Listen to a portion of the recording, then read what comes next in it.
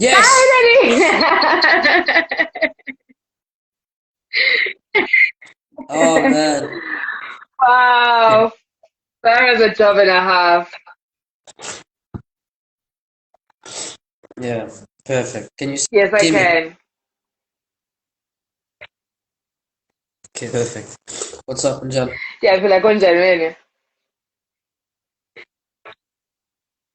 I'm good, man. Okay. So first things first.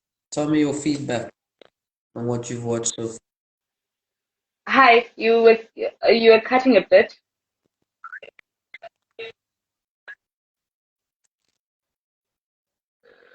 Can you hear me now? Yes. Okay. Yeah. Tell me your feedback. I want to hear your feedback on what you've listened so far, and then I want to pick your brain on a few matters. Oh man. Firstly, it's one of its kind. I've never seen something like that exist where people are just honestly having conversations that we should be having with our friends on a daily basis. And like I said, I think I was touched a lot by the session you guys had on women always catching up on time. Like I don't know how you guys called it, but not having time. And I've never really thought about it that way. That there's such a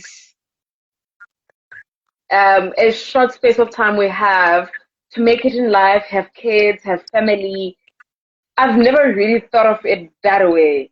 And when I saw the session, I was like, oh, okay, maybe it's because I never really cared much. I was just like, oh, okay, it is what it is. Whether I get married or not, it's always just like it is it's whatever. But it made me begin to imagine how it feels for someone else who's on that time scale. For example, maybe they like me, they 28, they starting their career at 28, and they still need to find a husband. They still need to work around the clock and have kids, and the pressure that comes with that. It'll then make sense for me why people would take whoever comes their way, especially when they get to 32, 33, 34, 35. It's like, I'm running out of time.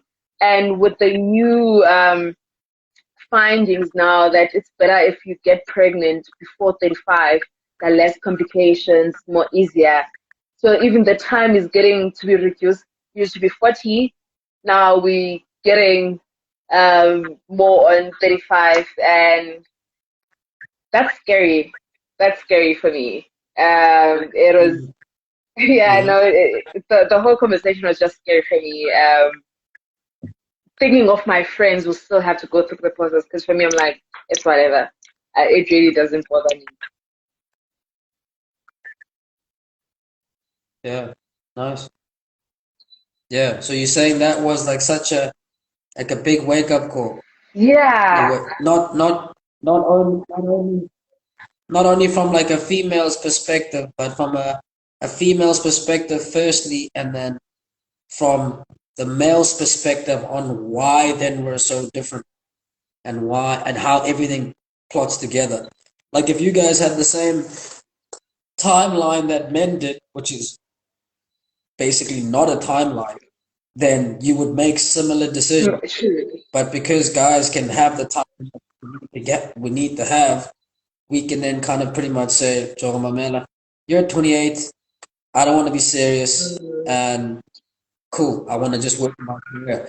So me and you are exactly the same age actually, but you might find then I'm to kind of figure out who I want to be with. I can we can work at the same company and I'll just keep working. and you'll keep working, and then it's like, okay, fine, let's go for 5 years and see what's gonna happen. And then at 33, then you go, "Phew, I need to actually, figure out if I want the family or not." mm, You know, and me at 33, I'll be thinking, yeah, maybe I do, maybe I don't. Doesn't matter. Then we go another 5 years, and then it's 38, and then we're both 38, and then you go, hey, if I want my own kids, I need to figure out who I'm going to be with and if I'm going to get married or not, so we can have kids. Because obviously, I just don't want any kids everywhere, which is, I mean, ideally what you would like. mm, So therefore, anything that kind of comes across and paints themselves as that person, you don't have enough time to kind of to scan that person to figure out what they're there for. Whereas for me at 38, I can still go, yeah, I'll figure out who I want to be with, and then keep going until I say, okay, that's the one, and that's it. mm, mm. So yeah, I think so. What generally tends to happen then is kind of like women in their late 20s and in their early 30s and mid 30s. There's that biological pressure that life puts that then you then put on the men that you then meet. You put that pressure on those guys. Yeah, and then it's almost as if like sometimes it becomes like a almost like a trick or like a sleight of hand. But what are we gonna do, lad? And he's thinking, oh, okay, maybe this is like what we're actually supposed to do, And he in his mind is thinking, no, like I want to actually become the CEO of the company, so I can't, I need to work relentless hours. But you're thinking, all right, but like city and Why does then he that gets into this happen? relationship. Yeah, and he gets into this relationship that you need to be in, and then as time goes by, you realize, man, actually, this is not really what I want. Mm, Not mm. with his kids, or you're in a happy relationship. So Yeah, yeah, yeah, I man. think so. That was a shock. It was just like it made me reflect a lot. I mean, I've had encounters even at church and saw this pressure from ladies that we've been dating for 7 years. He has not proposed or anything, and I guess I've always just been whatever about it, and I never really sat down and think, what's the rush? Like, I mean, there's no need. I guess that was from my perspective, like, um, what's the rush? What are we rushing to? But now, when I saw the session, like, okay, biological clock, I'm like, okay. And also because I've had more male friends than female friends. So I think with that socialization, the biological clock thing never Yeah, really clicked on me. It was just like most of my decisions were similar to what males yeah, will make. I'll go for what I want, when I want it. yeah, yeah, I'm gonna figure out yeah, myself. Because it also made me realize that maybe this yeah, is the reason why females will meet someone and at high school that person becomes their lifetime lover. And my question has always been like, um, from the time I started dating till now, I've changed so much. I've changed so much of the type of guys I want to have and the type of guys I want to settle with.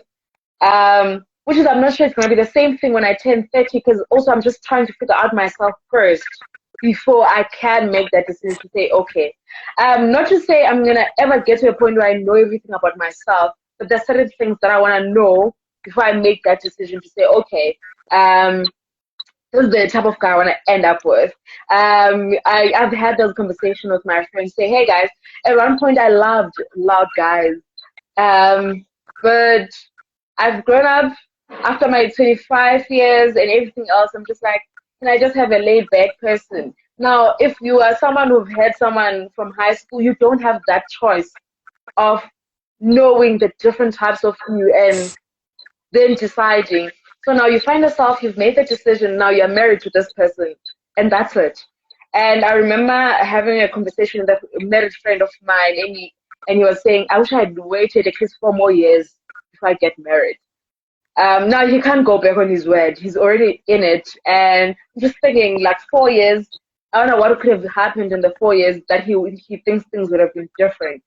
And I've watched a lot of males in my circle, in my family, who go to 40 years. They don't have any pressure as to why they're not married.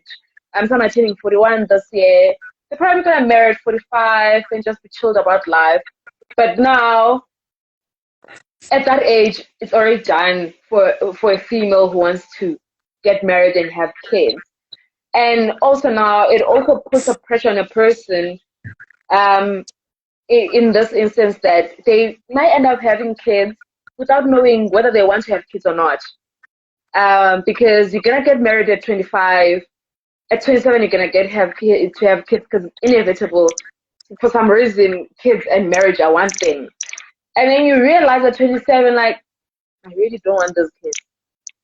You already have them, so you don't get to explore yourself because you just try and catch up on time. And it also made me realize this whole notion that girls grow faster than boys. I don't even think that's an issue that we grow faster. It's just that we're trying to catch up on time. That time doesn't pass us by. So if I get laid back, time will pass me and I might never get to have certain things. But if I try and grow up very quickly, I might try and figure out things and get married and have all those things. This is also in the you jeopardize your career advances. You get to compromise what you want in terms of career, again because of all those pressures in society. And I was just thinking today of, for me personally, of how my life changed when I stopped dating for long term. Uh, in the sense that I stopped thinking that I need to end up marrying this person. Um, and when I got to that point, everything changed. Changed how I view relationships, how I view myself. I didn't have to perform to be this different person trying to impress this guy or whatever. I just became me. You take it, you live it, doesn't matter. If you feel like you want to stay, it's okay. If you want to go, it's okay. But I'm not looking for it forever. So I feel like that was my liberation point when I stopped looking for forever. And I think looking for forever becomes a chain. It becomes a prison because you're trying to squeeze yourself to be a wife material, a girlfriend material, because you're looking for it forever, and you think that a guy wants those things. Meaning you're not gonna be true to yourself. Um, so yeah, man, that session was really, yeah, no, it was just a wake up call for me in many fronts, in also in how I wanna analyze certain things, but also just to say you've been doing well for yourself in certain things. Because I think for me, I managed to evade that biological clock pressure. As a result, my life is just like, it is whatever. Yeah, yeah. That, I mean, look, there's a lot of talking points in what you said. I think one thing that I picked up is that um, I mean, look, back in the day and in some places, it makes a bit more sense to have the female look for marriage or sell the marriage to the female, because as soon as you sell the marriage to the female, then you have sold, then she's gotten over the issue of the kid or having kids, right? So now she's the biological clock point. Now she's found whoever she needs to find. She's settled down. Ooh, now I'm fine to have kids with this person, right? So it makes sense in back in the day why to do that and why now in certain instances. Now the issue is that then you have now an added factor of now females want to get into the workforce, right? Now a child is already a full-time Mm. job, right? Now, if you want to get into the workforce, right, how are you going to do that? Now, you're going to have nannies, right? So now you definitely, because the guy will definitely most probably work as well. And if you want to get into the workforce as a woman and you want to work, who's going to take care of the baby? So back in the day, and in some parts now, how that was combated was, okay, you stay at home, I go and raise the kids, but the wife has the security of marriage in that situation, and marriage is actually for the child. You see, so then the guy says, "Look, I don't mind. I have security of family, so I'll go out and I'll work this money, but it's for both of us," which is how the law is set up, whereby alimony is then for the person that's sacrificing the social status. Because then, as time goes by, if you guys divorce, she can't go back into society and start working again. She can't earn again because she's lost all that time. So then the male then has to then give up all that time and money for her because she was working endlessly as well. But because she couldn't, that labor then that he was doing needs to then be divided. That's the contract that marriage gives, which is why marriage is so lucrative or sold to women. But I also think also on what you said now is that I think a lot of the time, like when you're in your teens and 20s as a female, your attraction is almost similar to what guys are. You're attracted almost to the similar things, right? Up until the closer you get to that clock, where then your attraction becomes for who the next generation is going to be. So, which is why then females have to always make sure that the person that they're going to choose is going to be the next possible human being to be on the earth. So therefore, you need to then pick a mate that's going to be the best possible person, right? Because if you pick someone that's not going to be healthy and succeed, right, then you're picking a society that's going to go backwards and cause extinction, right? So therefore, you need to then have certain markers that you're going to then look at males and say, okay, I'm gonna pick from the top of the food chain. At least I know that this generation will carry on. Then your kids will then start doing that. Then the males then just say, look, all we need to do is we need to fight amongst each other, figure out where we rank, and we rank order each other, right? Then the females will rank order each other, but the females will pick across and up for the sake of humanity. And then we as males will then pick across and down because we don't really have to, we just need to kind of be there in that sense. So you'll find that then your attraction is actually driving the whole stage forward. So as you grow older, you become more attracted to someone that's going to be able to be a father figure. Regardless of when you were 20, it was all about the biker guy or the guy with the tattoos and the cool guy on the street. As you get older, like says, that guy's not going to be good enough for the next possible human being that's going to be on earth. So then you find that then your attraction, you say, oh, you know what? I'm actually attracted now to someone that's a bit more stable and has this. It's like, no, you're actually attracted to someone that's going to be able to then make sure that the next generation that you're going to have is going to succeed. You see, so I that's part of why sometimes guys then will then say, why do you guys always want to have the best of this and the best of that? And it's not primarily because you want it as the female. It's because then that's a marker that you use for the next possible human being. So it's actually for the rest of society. Whereas for males, we don't care. It's like, cool, I'll have anyone. I'll have everyone if I can. So we kind of just need to be ready for procreation, right? Which is why we don't have wombs. And then the women are the ones that are actually Mother Nature. You see, What is like just to get into I should say I love our generation for being outspoken on these issues and literally having the conversation. Because just a few years back, there was a reverend in the Methodist Church. He was preaching and he was like, people are marrying for the wrong reasons. And I concur with him a lot. And I remember a friend of mine being frustrated that she met this guy and this guy's like, oh, I want to get married now. And when she looked at things, she was like, he has done everything he wants, but now there's this missing puzzle, which is him getting married. It's not necessarily that and you were older. Was he older? Probably 4 years older than her. Not much, but but the frustration for her was that this guy didn't even learn much about me or anything, the type of person.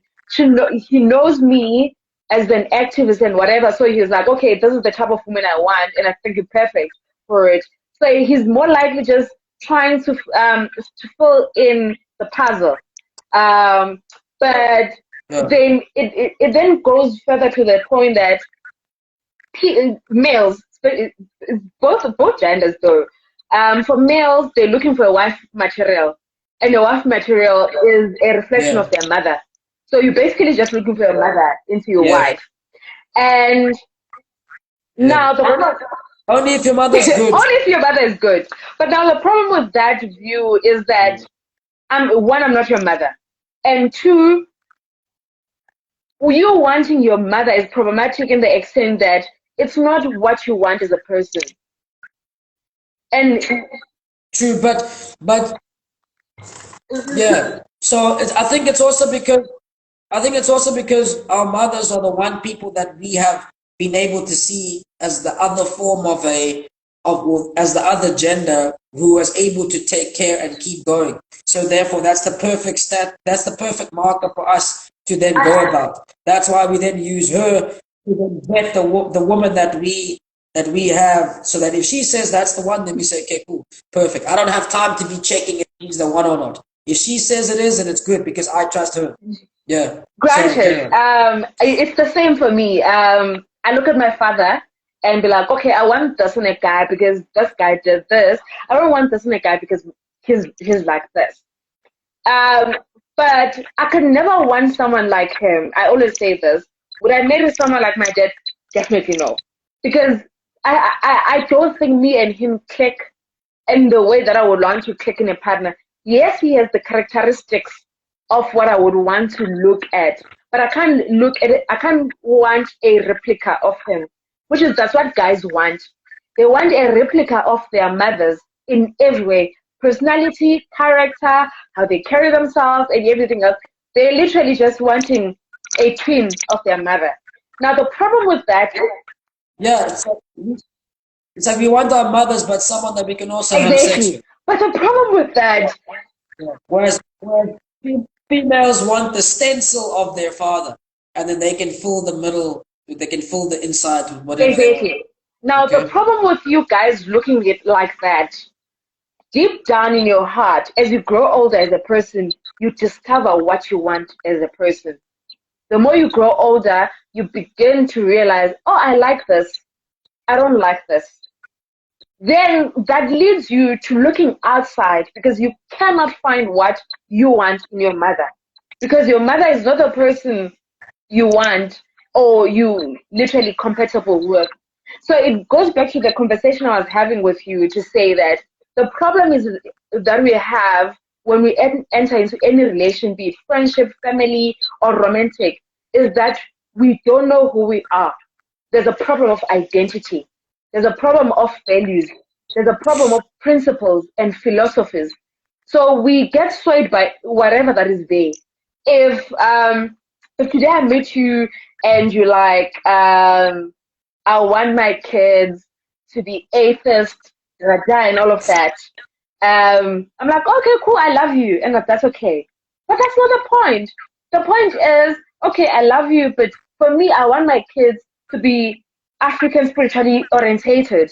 And unless I meet that type of a person, then me and you are gonna have clashes. So we don't know our fundamental break dealers.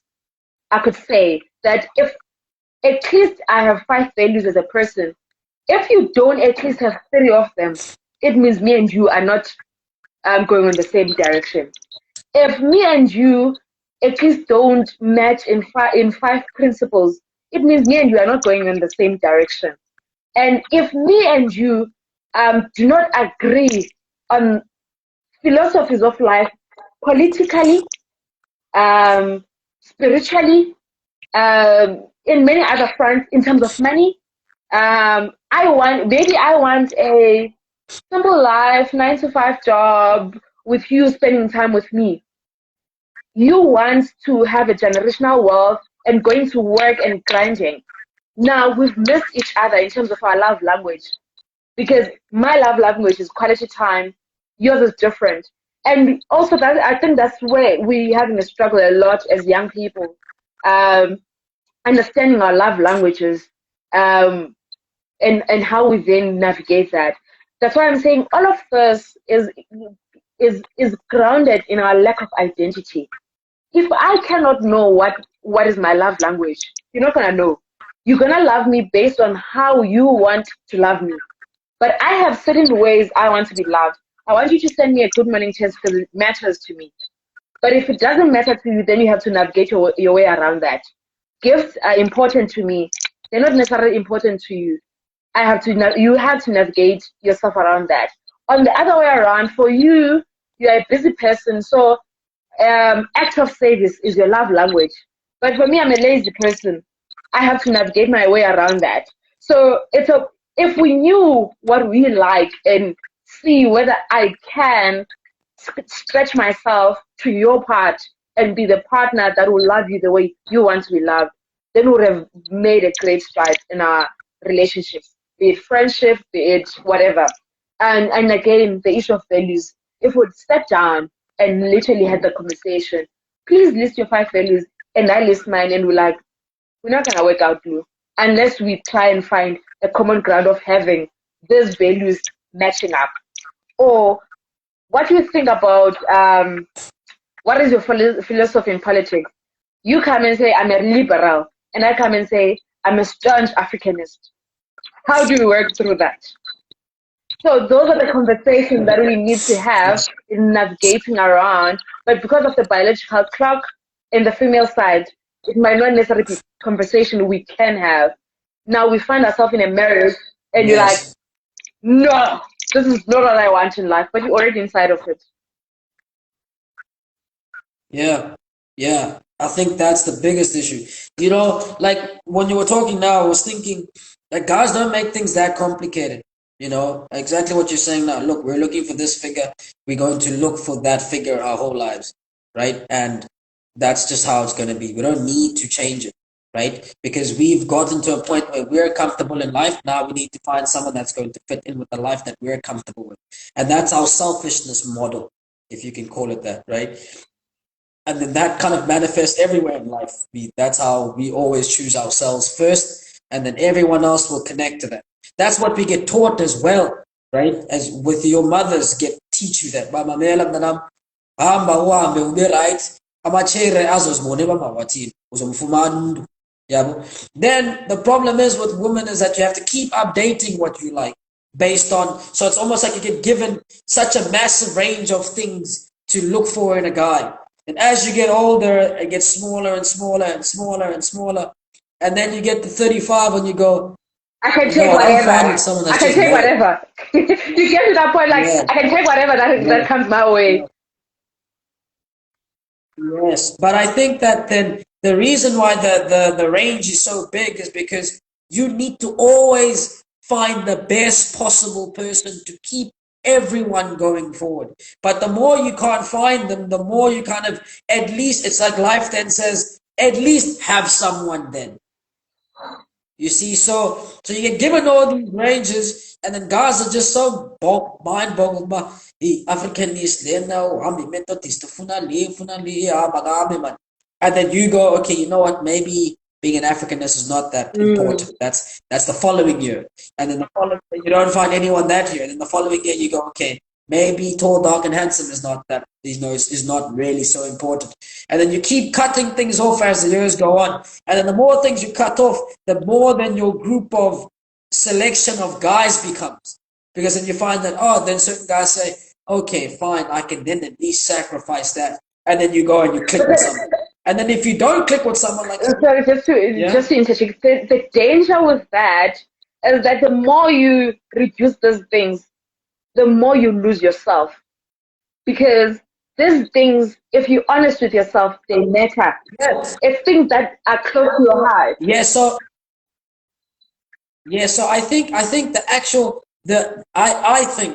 that the actual attraction that you have towards another person is not geared for you.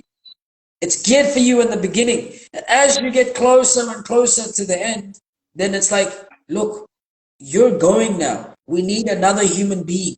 So therefore, you've taken all this. That's your freedom. You get the freedom at the beginning. And then it's like, okay, let's see what you can do with this freedom. And then you have all these, I want someone that's going to be rich. I want this big Manhattan house. I want to, fly around wherever the hell. And it's like, look, if you can get someone like that, just like literally like a 25 is going to give you the world, that's perfect for the rest of humanity, right? But then what happens is then the more you don't, because then everyone wants that, every woman wants that, right? Well, majority, but everyone wants that, let's say. And then as that happens, there's less and less guys that are going to provide that. Like, who's going to provide that? No. So then what happens is the top guys need to be full. So then they attach with those women, and then there's only a fraction of guys left. And then there's a massive amount of women left also still looking for that. And then you have to adjust and adjust and adjust. And then click, click, click, click. And those ones that can't then get someone at their 38, 40s, whatever it is, then all that happens is then you just become basically woman for the rest of the guys whenever they want to do whatever they want to. Actually, right? But then humanity still keeps moving forward that way. Then what happens is then that those are the women that then the guys cheat on. Those are the women that the guys that aren't really ready to have a relationship go to. But then as soon as they go, you know what, now I want to start a family, then they go, you know what, I'm not going to go for my age group, 40 is too old. I can't start a family with a 40-year-old. And they go, boom, straight back into the dating pool, into their 30s. And then those 30-year-old women say, yes, this is my knight in shining armor. Whereas then the 40-year-old woman then kind of just fade off. With Chinese, they actually call them the leftover woman. When you get to your 30s and you're unmarried, you then term the leftover woman, and which is also quite problematic in its instance. And also, the leftover women are the women who are career driven and they've been criticized for being picky towards men. So society is also shocked, which is a good thing. It's a good thing to be picky. You have to be, but it's criticized by men because it's criticized by the men because they are not getting it. True, but also I feel like society, even females, criticize those females because it's a question of how dare you think you have a choice that you can get what you want. Out of life. That's one reason. Another reason is the fact that those women have then secured something that they haven't secured. So there's still that intergender competition, because then those women then realize that, because some of the women will then get married and then think, I don't even want this marriage. And then they go, well, this woman is doing so well for herself. If she gets married, she's going to be with whoever's like the perfect relationship. So I'm going to criticize her for that. Or even if the relationship is good that the other woman is in, they're thinking, you know what, if this relationship fails, I'm doomed. Whereas this woman has exactly what I've always been wanting. So there's also that jealousy that happens. Yeah, and I think also society, again, is shocked at the idea that women would want to pick. I remember, when you're at home, you there with the older woman, you peeling and all of that. So there's me and my cousin. We born in the same year, and so the conversations strike around marriage, and then both me and her are like, no, we're still looking for guys to get married. And the first question is like, why are you the ones looking? And we're like, because I have to look for the bird I want, and the idea is that no, I need to do whatever that I'm doing and wait for him to look for me, and when he comes, okay, that's him. And me and my cousin's concept is like, no, we're both looking at each other. If you come along and you know what I want, but I'm what you want, I'm gonna say no. I'm gonna get to a point where we both want what we want, and the consensus is like we're never gonna get married because we're looking for ourselves. And this whole idea of women not looking, it's the same thing on the biological clock, that we've been told that you must work towards your career and do whatever, the man will come along. Now, you go and work and do all of those things, you get to 30, you're not married. And whatever guy that comes along and promises to marry you, you take him at first glance because you don't have the time to be picking out. It's already late. Your biological clock is running out. But for us, I believe for us who are actively looking in our almost late 20s, after 25, we have a higher chance of meeting the type of guy we want because we've done the work throughout. I've rejected guys along the way, like, this is what I want. And even if I were to do compromises along the way, I at least know which compromises to make and not to make, which matters and not to matter. And also around that is the whole thing of deal breakers. I've always often watched on how crazy our deal breakers are, or rather stupid our deal breakers are. Like, oh, if he's short, that's my deal breaker. Oh, it's like such lame things. But it's never about if he doesn't believe in Africanism, that's a deal breaker for me because that's important. I want to raise kids that are Africanists who understand that Black people come first. So we've not looked at what is important. We look at characteristics for people. I always quote this other reverend who said, character before conduct. What you are determines what you do. And we often overlook character. We, both genders. And I think especially as female, we always overlook character. And if we overlook character, we don't see the red flags. The red flags are always there. They're always lying around in a person's character. And the red flags are translated into the action. If we pay close attention into a person's character, we will then see that in the long run, you can predict that this person will be this type of person because their character will determine what they do as a person. Just to make an example before I give you, let's say I meet a guy and for whatever we're nice and we're good. But then again, I'm going to make around the issues of philosophies and values. And then it's so easy for me to make those references to something that is very huge to me. So let's say we both believe in gender politics and all of that. So when we're together, we have this understanding. But when we're on the outside, his stance is quite more to an extent that you feel like, I mean, this person isn't this type of person that I was having a conversation with. I thought that he was on the side of females, or rather on the side of what is good for society in terms of gender equality and equity. But when in the public, it's like he's trying to buy his street cred among the guys to an extent that some of the things he say are very like problematic. That's a first red flag that this person does not have a backbone. He can shift and sway anytime, as long as. So he wants to be seen as a good person all the time. He wants to be seen as a person who's smart. Wants to be seen as a person who is good and loves the public validation more than anything. So you look at those. If we pay closely on those things, how a person acts when there's no one. Okay.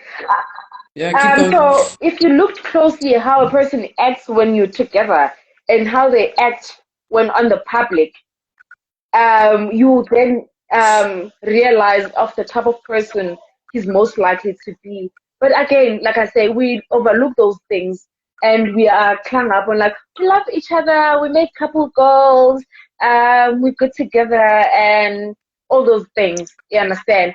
And those are the dangerous mistakes that we make.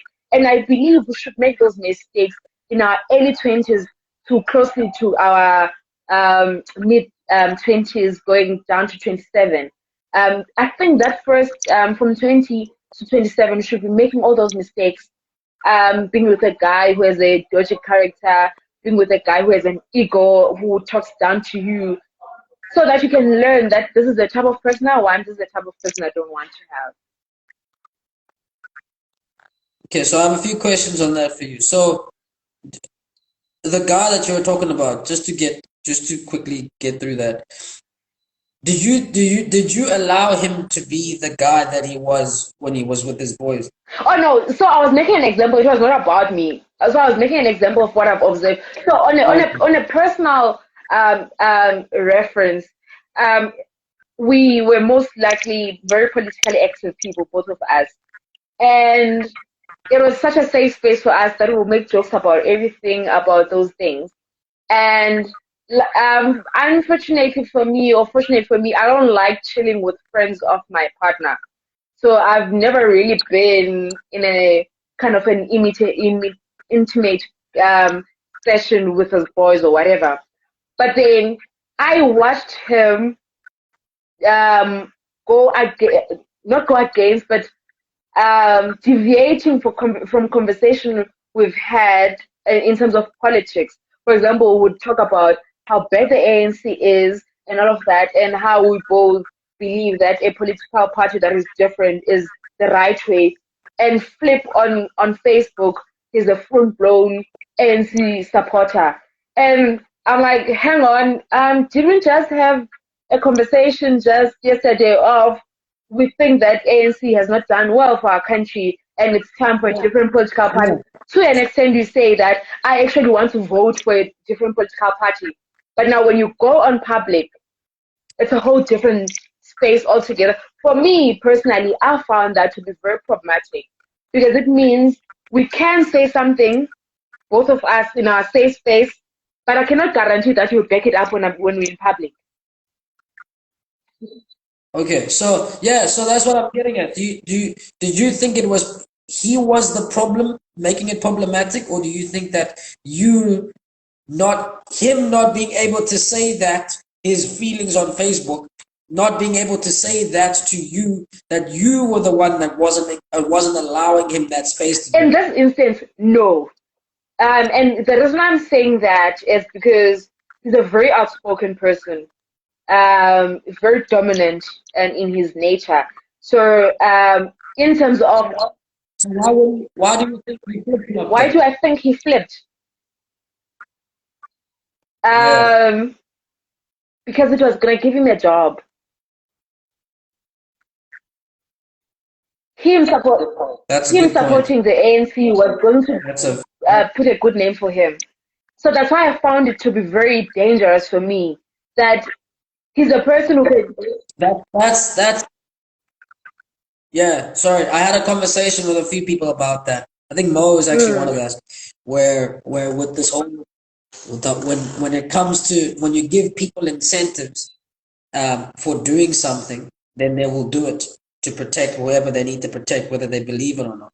So then it gets to a point where it's either when it's on a national or world land scale, then you find that you will have certain activists, let's say, that'll go and speak about gender based violence, for example, knowing full well that, you know what, this is a whole bunch of nonsense, right? And then go out and do that because it feeds your family. So whether you believe it or not, it's like, well, it feeds my family, right? Same with politics. You'll go out there and you do all of that. Same with guys that are supporting men that are doing crazy stuff. You go out and you support things that you don't believe because it actually gives you something. It supports something. Now, it's tough to critique because at the end of the day, it's like, well, who are you to tell me how to feed my family, right? Who are you to tell me how to put food in my stomach? and But in the same breath, it's like, at what and who and why do you as a person take someone else's thought of points of view and not think about it yourself? So then it becomes a question of that of, well, let's say I'm an activist and now I'm an activist against men that are trash. Let's say that, right? Why do you, as a person, knowing that you have brothers and uncles and fathers that are trash, are gonna go and think that men are trash? Don't you have your own brain to think I'm on? And Iteta law is actually not right. That's not my problem. I'm gonna say that as long as I get fed. And I think that's where the issues come in with a lot of these things is that then the people that go along with these things don't critique it enough or don't think long enough about it.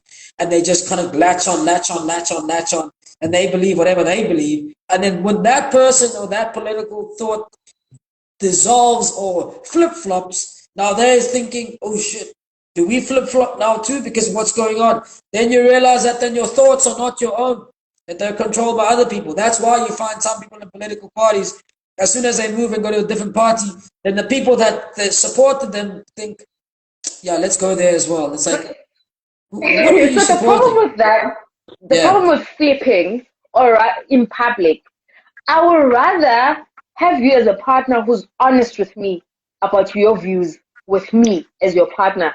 rather than you say something in private and It's a matter of principle. and flip on the other side. I'd rather you coming straight to me and say, you know what, love, this is what I believe in. And but because of the situation we're in, I'm gonna support this. And for me also I do have a problem with that. The question is at what point would you stop?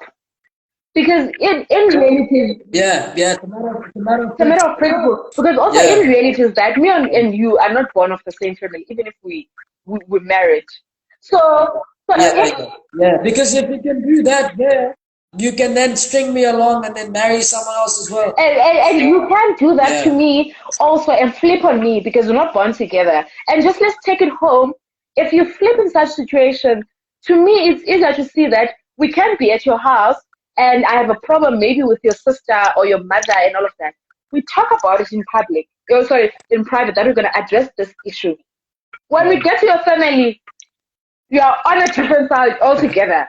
You see now, it's easier for a person who can't stand for something, even when it's not fashionable. They will always flip. There's always going to be a situation that pushes you to flip all the time, even when you don't want to. And if you flip on even on things that are not necessary, you're gonna flip on things that are big because it starts small. So we had the conversation. No one was putting a gunpoint on you. You can simply say to me, "No, babe, I think for me, ANC is fine," and then we just have that conversation. But if you're gonna say in private that no, the ANC is not okay, then when you go to public, you have a whole different conversation. To me, it says even if we were to have this discussion about your family in private, when we get to your family, the conversation will be different. So I can never trust you to have my back. Problem number one, my trust is lost on you as a person. That brings cracks into the relationship because problem number two is that I cannot rely on you. You're unreliable to me because we'll say something when we get into public, it's a whole different thing. I cannot rely on you as a person. I cannot trust you as a person. Then what makes up the relationship if I cannot trust you? I cannot rely on you. Um, I'm always looking at watching my back, whether are you gonna agree with me or not. Because also the same thing, you can flip in front of your boys. We had a conversation about us that in we're gonna do everything. You cook, I cook, you clean, I clean. But when you get in front of your boys, you're like, no, woman must do all of that. Hi, Bo. Uh, Yeah, I'm cool. I'm cool. you understand? So, I'm cool.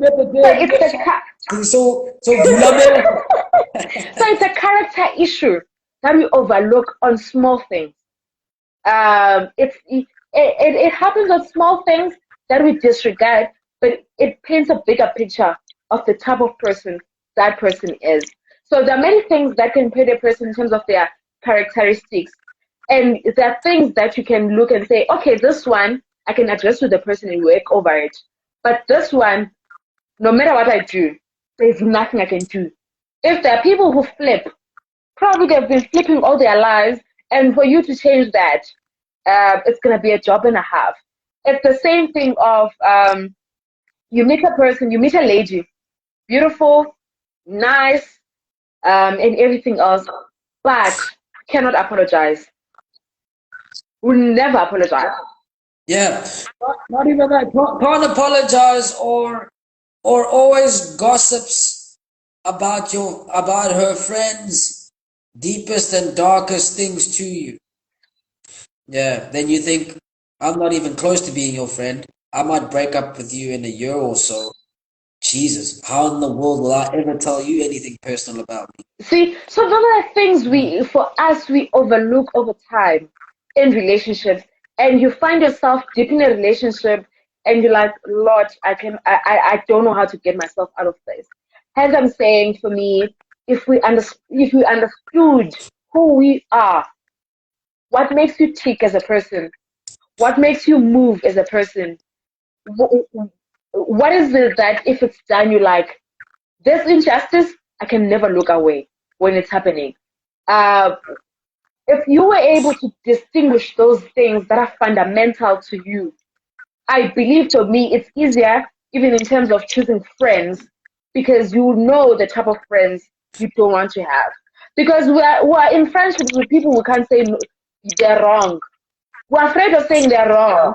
Yeah. And so it means they don't match with Yeah. us, but we, we've been with these people, they've accepted us, they made us feel whole, they made us feel lovable, and whatever might be the case. But over time, you realize this person is toxic, but it's all you have as a person.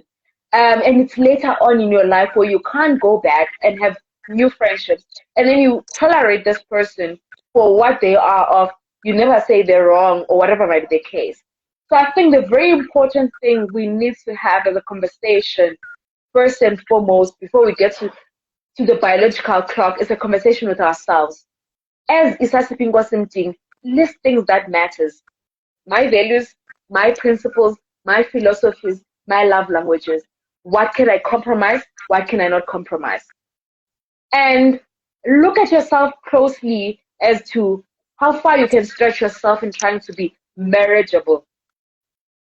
Because trust me, So sorry, what? just to finish, trust me, Why do you think people don't get just to finish up before I can take a question, is that for it? guys, they don't care about being marriageable. It doesn't matter whether they're marriageable or not. It's a by the way issue. But for us, Yeah, there's always gonna be a woman that's gonna be more marriageable. So we'll just wait for that generation to come, and then we'll just click with them. Yeah, makes there's, sense. there's It's always going to easier. be a woman who's desperate enough to be married.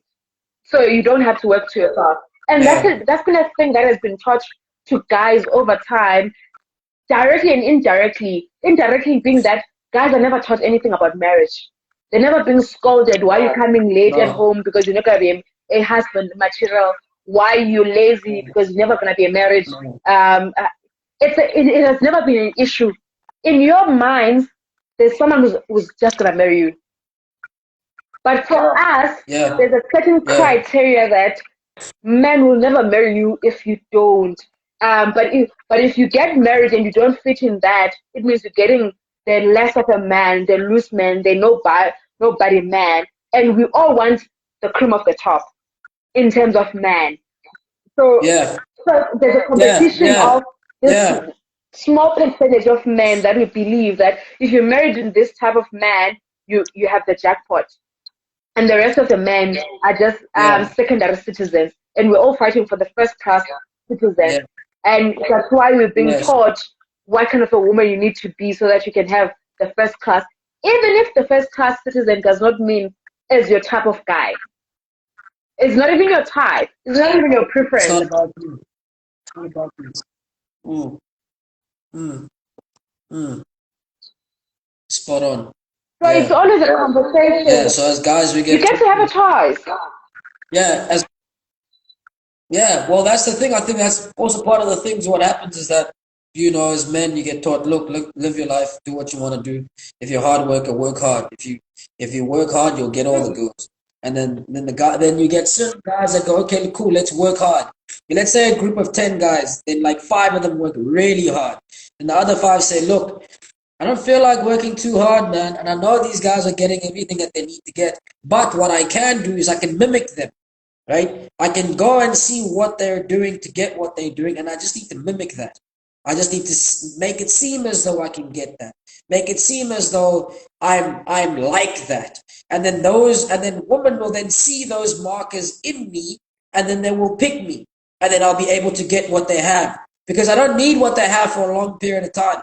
I just need it for whenever I need it, right? And animals do that, right? You don't have to. If the person's gonna build the house, you just need to make it seem as though you are able to build it as well, or you're able to get it. And then women don't have time to be checking. Oh, okay, does this guy really? Does he? Does it's like no, don't have time for that. So you use the guy as markers. You go, oh, okay, well, if he's old and if he's rolling around guys like this, and if he's showing this persona, then he should probably then top of the creep, at the top of the food chain, and therefore it's fine for me to pick him. And then those guys say, "Cool, whatever." After a year or so, after 5 years, they go, nah, "Well, I'm not Exactly. that person," and then boom again. Yeah, so it's a cruel game that is played, but it's played everywhere in society. It's played in the animal kingdom. It's like you at the end of the day, it's like it's either you do that or you don't get chosen in the game of sexual selection. So life then says, it's almost again like life says to the guys that are not going to be the actual guys that women want, that life then says to them, at least have someone to procreate with for the future. And in order to do that, do what you need to do. And then the guys go, oh, I'm going to mimic that. No problem. So I'm going to sit at home and be a bum. And then on Friday, Saturday, Sunday, I'm going to wear the best clothing, speak the best way, mimic every single thing that the guys went out for during the week that worked hard. Do that on the weekend, right? Because that's the shorter route, but it works. And then I'll meet the same type of woman and they'll go, he's great. And then boom, as soon as I get that, done. And then at least there's someone else. At least there's someone else to then be there for the next part of life instead of all the bums die off. And then there's only the top of the cream that's left. And then those ones are going to say, no, I don't want to be married. I don't want to do this. I don't want to do that. Then life we all get extinct. So it's very tricky. But then as guys, we just do what we need to do. It's very tricky. To kind of survive. We do what we need to do. It's very tricky because you just remind me of when I was watching the news today in the morning as I was preparing for work. Something very interesting was said on the news that statistically, I think there are 63 males that regard themselves as married, but there are 38% women who regard themselves as married. So I'm like, why the numbers are not matching up? There's definitely got to be a problem. If there are 63% males who are married, there should be 63% females who are married. But then it comes to a point of, for me, when you bring in the issue of mimicking and just doing whatever society does, is the fact that it feels like there's a plan, and guys need to stick to the plan. And I was watching New Amsterdam. Sorry, I just want to switch off this. Sure. Yeah, females do the exact same thing though. It's a mimic thing both sides. Yeah, it's like I'm gonna wear my expensive clothes and my flawless makeup, and that's what makeup is. I'm gonna be who I'm not, right? I'm gonna be who I'm not naturally, and wear clothes and do all sorts of stuff, rock up in the clubs, and then sell my souls to the guys that are gonna be working hard 9 to 5s, and then I'm gonna say I'm the one that you need to pick. Whereas I'm actually not the one that's actually working hard, but I'm the one that you need to pick. I can't do anything for myself. And that's a form of mimicry too. Then they choose you, and then after a while they go, man, this woman actually doesn't even know anything. And then she goes, well, I'm married now, so what are you gonna do? So I was saying, when I was watching the series on New Amsterdam, and this guy had always had this plan that he's going to marry a black woman, and they're going to go to church on Sunday every day, and all of this. So he had this long list, simply because his mother did that. Now, he meets a girl who he loves so much, but he can't fit to that description. He can't fit to the plan. And he did the bravest thing to say, you know what? I bought plan. As long as I'm next to you, I'm going to figure this out. Because he grew up from a young age till around 30 to 35 having this plan. Now he has to figure life outside of his plan. And which is a huge thing, because now he's break. But for men, you can choose that. For guys, you can choose that. You have that option, right? You have that option to flip flop. You have that option to say, you know what? Actually, yeah, my attraction is built on whatever I feel, whatever I want to say. Yeah. Whereas a woman, it's like, how are you gonna change that? How are you gonna go from? It's like the guys that are in your inbox, right? They're never gonna be attractive to you. Right? Up until you get to a point where then, again, like I said, as time gets closer and closer, then you go, oh, let me see who I can have. All these guys that have been sent to you, unsolicited pics and all of that. Oh, maybe that one, right? But as a guy, you can flip flop whenever you want.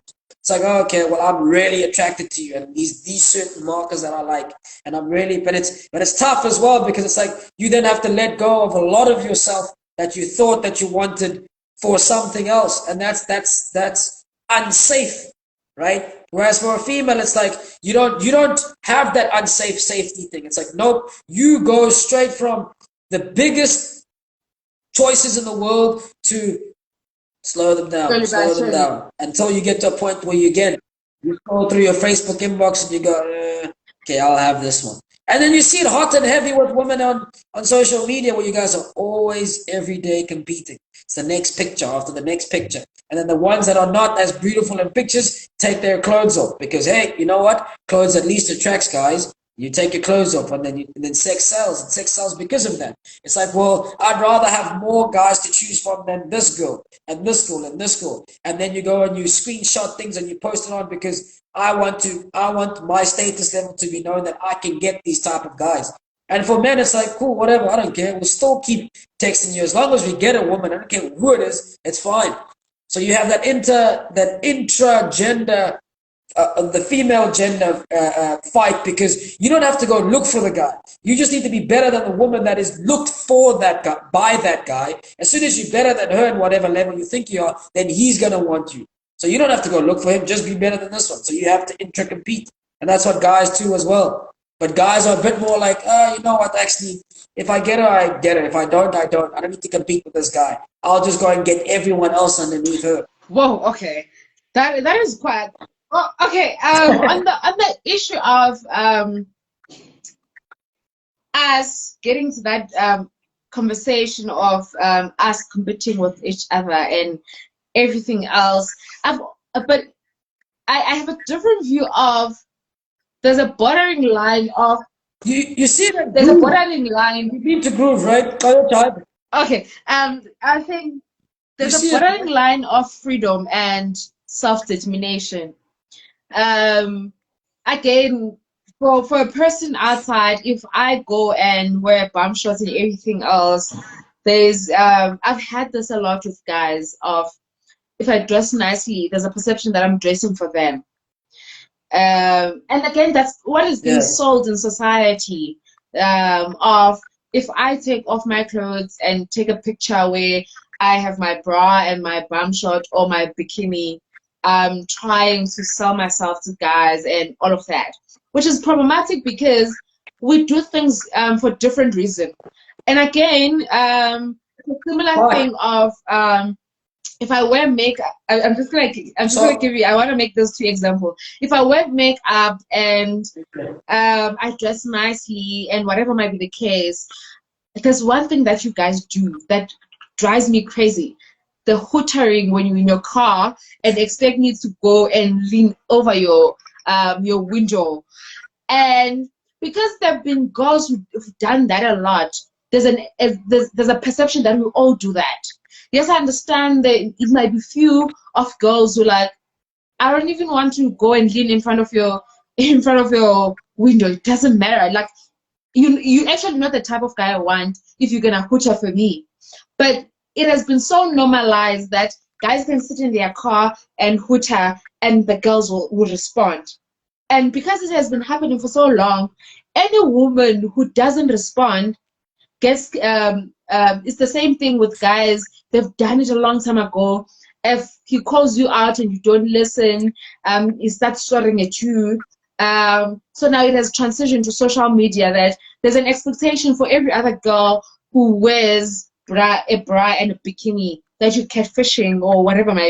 Catfishing might be the wrong word. That you are out for guys.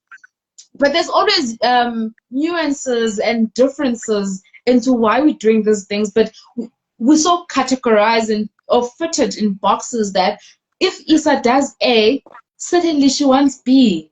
But that is not the case, at least in our generation now. Hence, you find out that the woman who can boldly say, I don't want to get married. And everyone is like, oh, okay. And I don't want to have kids. And everyone's like, no, you have to have kids. Because there's an assumption that every woman wants to have a kid. Reality is, no. That a woman, if they were to sit down and be honest with themselves, like honest, they'll tell you, I wish I could have never had a kid. It's just not for me. But society tells you that as a woman, you need to have kids. Period. True. That you see, there's a lot of things there as well. I mean, I hope this conversation can go on forever, but we can just wrap it up quickly. We'll have another one another day. Yeah. So there's a few things that you mentioned there. And again, it's like, look, there's a lot of personal preferences with a lot of us, right? But the issue is that we don't live alone in the world. So our personal preferences need to kind of be molded together with the other people that we live with. So you find that then, like, let's say the whole I don't want to be married, I don't want to have kids thing. It's like, okay, fine. You don't want to do that, no problem. Okay, but I want a mate. Of course. Then it's like, okay, so you want some. Yes. Okay. Yeah. So then it's like, okay, that's your personal want. Okay, but your mate then wants a family, right? So then that's what happens. We get into a situation where you find that, okay, you don't want to get married, you don't want someone, fine. Then a guy will come and say, cool, perfect. I don't want a kid now as well either, right? Goes and he's with you, he's with you until he does.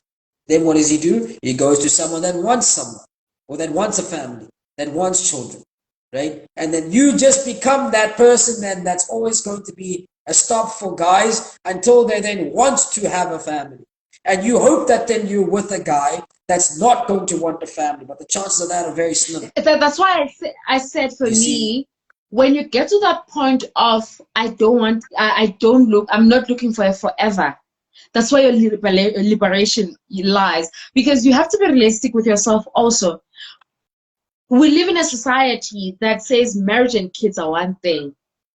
And if you say to yourself you Yeah. don't want to have kids, you then have to face the consequence of you might never get married. And that's your relationship. Yeah. Or you might never And have you might a never mate. have a man. Yeah, because it's kind of Yeah. yeah. So you can't want the one and not have the other. So you can say I don't want kids, but then it's like, okay, well then you're never gonna have a mate because all your mates are gonna want to have kids. So you only have them when they don't want to have kids. Until they do, then they will leave you. So then you have to be comfortable with the fact that you'll either keep changing mates or you'll never Yeah, have so a you mate. have to be comfortable with your choices.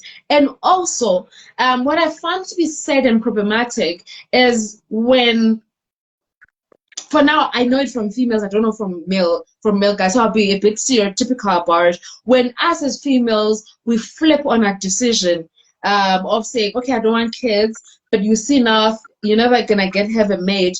Then you have kids, but you know you don't have love for kids. You bring kids that are gonna have generational scars simply because you're selfish to yourself to want to have a mate. And again, I say it goes back Yes. to that. But then It goes back to that thing I was saying yeah. the lack of identity and knowing yourself, and also being cautious that every decision you make has a consequence, because you're wanting to have a mate and flipping on your decision of not having kids, and you ending up having kids. You must know that you bringing kids that might forever be damaged, because again we live in a society where males are less involved with kids. The nurturing and everything of a kid So lies mostly with a mother. So if you are a mother who never wanted to have kids, but you flipped on your decision to have kids because you want to get married, and you have a 50% chance that your partner might never be involved with those kids, you must know that when you make that decision, those kids are relying on you. And they're growing up rejected, resentful, and all of those things because they have two parents who are just F-ups who don't want to be active parents because of the different selfish decisions they made. And to me, that's the saddest part, when we make decisions and flip on them because we don't understand the damage it makes to the next person. yeah, true. I understand. Yeah, totally agree with that. And I would say that also in the same breath that perhaps those people that they are people that do know themselves and they do know the consequences, and they're comfortable enough to still be selfish. And selfishness is not really a bad thing. Selfishness can be a bad thing as well because you're always trying to do for the community, for humanity, and never doing for yourself. And then selfishness can also be detrimental as well. But in the same breath, it can be good because it's like, well, look after yourself, look after yourself. So whether it's at the expense of someone else or not, it's like, well, look after yourself. So you kind of, no one can then shape which is good and which is not good. You kind of have to do it yourself in the bigger realm of society, right? So certain people will make decisions like that and say, look, there's consequences of me doing this, but I would rather do this and be able to live with myself than not do it and not be able to live with myself. And then you've made that decision, and then you know yourself that way. But for someone else looking in, they might say, look, I would never make a decision like this, because if I ever did, that would mean that I'm selfless. But then that's why it's not your decision to make. It's someone else's decision to make, right? So, and then also in saying that, just a kind of last bit, with this whole, I think females are there with the children because they physically, first of all, cannot go anywhere else, right? So you're there. Whether you like it or not, if you decide to keep it, you're there. It's yours. It's attached to you. I think if females were given the option that guys were given, they'd take it as well, right? Definitely. Because ultimately, again, it goes to what you said. Yes. So then I'll take it every day to be a guy. So then what the guys say is, yes. So then what the guys say is, oh, look, man, we weren't given this option. We were given the option to not have a womb, right? So therefore, you can complain all you want because you have the problem. It's not ours, right? And then those women then go and they say, oh, these guys are terrible. And it's like, yeah, you can say they're terrible only because you're actually forced to be in the situation, which is why then medically they then kind of revamp that to say, look, even though life forced you to physically have this baby, you don't have to have it. And then if you pick it, then you pick it. That's why then you find that as soon as you give birth, then the woman become the men, and they go out and then they, find where their lives are and all that stuff. And it's like, well, how's it any different to any other guy? And then it's like, oh, well, the difference is the fact that it was with you for 9 months. You didn't have a choice to do that. Right? So there's been a lot of talk about, oh, well, these guys are terrible. It's like, okay, are you not terrible for then having a child and then leaving it with your grandmother and then going off somewhere to find your life? How does that not work? But the thing is, the difference is the fact that you have to carry it for 9 months. That's not the guy's fault. That's just nature itself doing that. And now you have the autonomy to actually have a decision to not do that. And then you still choose to do that. Even knowing the stats, even knowing the whole family tree, that your mom was like that, and your uncle, your grand was like that, and your aunt was like that, and you were strong and independent. It's like, okay, where's the strength in those family members? But then the guys say, look, it's not our problem. It's not our problem to make. And if you didn't have the same problem to make, you wouldn't make it either. It's just that you're in the same situation. You are in a situation that is not the same as us, so therefore you will complain. But cool, whatever. You can go on social media, share all you want. Just to wrap up for my side, this whole thing stems from, you want to feel part of the society. You want to belong.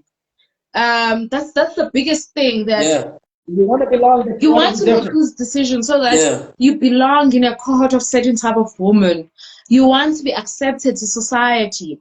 You really have to have a thick skin to say, F the society. I'm not going to have a kid. I'll be successful as I want. Because you also have to understand that if you don't have a kid and you're successful, you're not going to be respected the same way as someone who's not educated but still is married. So those are the consequences you need to face. And you must be brave enough to say, whatever happens, I'm sticking with my decision. And I'm not doing these things for society to accept me. Yes, I'm going to live among society, and I'm going to do things that make a society okay. But there's certain things that I'm going to be selfish about myself, that's what guys do. Guys who want to be part of the society, but they're selfish enough to know there are certain points that they can't cross just to belong into a society. A guy could stay until 45 years not married, and he doesn't have a problem because he doesn't care whether he fits to that society or not. That's how you guys have been raised to be selfish to yourselves. That it doesn't matter. He fits his as own long as society. he makes me happy as a guy, it's all good. And I wish women will get to that point of being selfish enough for themselves to say, it doesn't matter what society would say, as long as I sleep at night with that decision, then we're all good. As long as it's not harming the next person. If procreation doesn't happen, that's not my fault that it doesn't happen. Someone else's fault. It's not my fault that I was the only one who can procreate. But I'm making a decision that say I don't want to procreate. And doesn't matter if what you guys say, you want me to procreate and I don't want to be procreating, I don't know what's going to happen. We have to find a balance, which is exactly what men are doing to say, we're going to mitigate whatever is happening in society. Society requires this. I require this. where do we find the Yeah. middle ground? Yeah. And for us females, we Yes. always cross the line of the middle ground. We don't do the middle ground. We always cross Yeah. over. And I think that's where the problem is. And also because with I think that's where uh, I think that's where that's where life then said, you know what?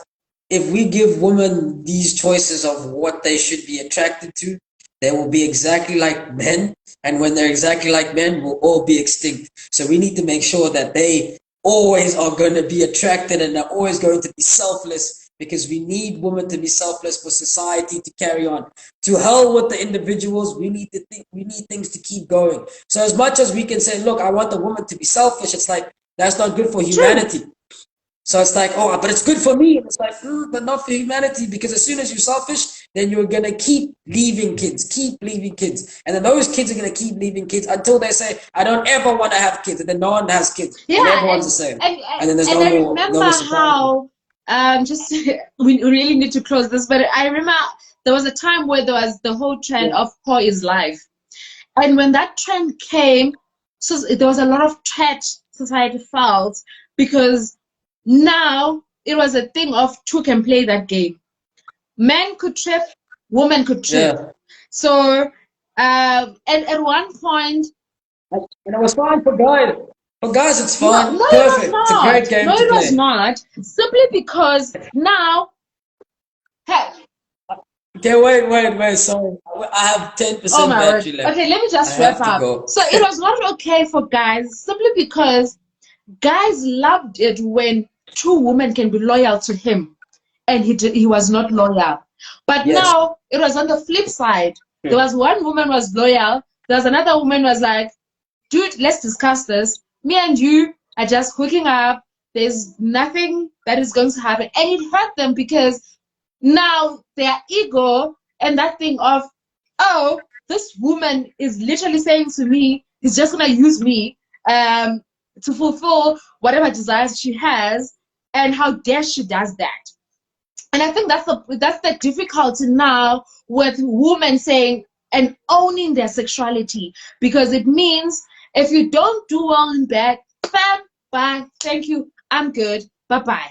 But before, a woman used to endure all of that, but because they're sexually liberated now, they're like, I'm not gonna stay for that. I'm gonna go to the next guy, and now it threatens the society at large and humanity, because now you're finding women who are saying, I'm not gonna stay for bad sex. I'm not gonna stay with a guy who's tripping. And the whore is life phase was really just a changing revolution in society where women were just saying, I'm just taking a stand to myself and what I love. And yes, it might have been a small cohort of women who can do that. But trust me, Yes. in 10 years from Yes. now, I'm Yes. raising a daughter. Of course, I'm not going to raise her in the same principles as the principle back in the day. I'm going to be like, baby, be sexually So- liberated, choose what you want, be vocal, whether you're happy or Yes. not. Now it changes the whole spectrum because males are still taught in the same way that women will always want you, women will always be loyal to you. But women Yes. are not choosing to be loyal now. They're like, if you're not making me happy, I'm bouncing Yeah. out. So look, so this is that's the mid. Then the men pay the mid to long term game. Then we just say, oh, perfect. You want to be sexually liberated? Let's have all the sex in the world. And then life says, yeah. And then we say, perfect. No, this is exactly what we wanted. And then life says, yeah, but then what we'll do is at 30, we'll make sure that then they start to say, oh, actually, I want to settle down. And then we can then say, we'll just go look for the 30 and 40-year-olds then if we want to get married. Otherwise, we'll go play the game with the sexually liberated people forever. And then until we're 45 and we want to settle down, then we'll go to that age group and we say, these are the ones, come. When they reach 30, then they go, yeah, we want to start a family, so we'll start a family with those ones. And then the sexually liberated ones are going to be on either side of that spectrum. And it's cool for us. That's more girls for us. We don't have to then pay a lot for sex. We don't have to invest that much for sex because it's like what's always there. For your Sexually generation, liberated. it's okay. That game will work. But for the upcoming generation, that game would not work. because like I don't think so. That's what I'm saying. Because life will still say you want kids. life So is whether still you're saying we want kids, but you must look at what happened to China. At one point, they had the one policy child. I need to go. Oh, I need to go. so they had just to finish up. They had the one We'll policy finish it child. up. Wait, I can't. It's gonna. My phone's gonna switch Your phone's off. gonna fix. Damn it! I'm We sorry. have to end it here. I'm sorry, guys. It has to Yeah, end well, here. that's good. Yeah, it's good. Yeah, we'll definitely have like a Yeah, part it two. needs a part Okay. two. Definitely. Thank you for this. I really enjoyed it. Yeah. Sure. Okay, bye. Well,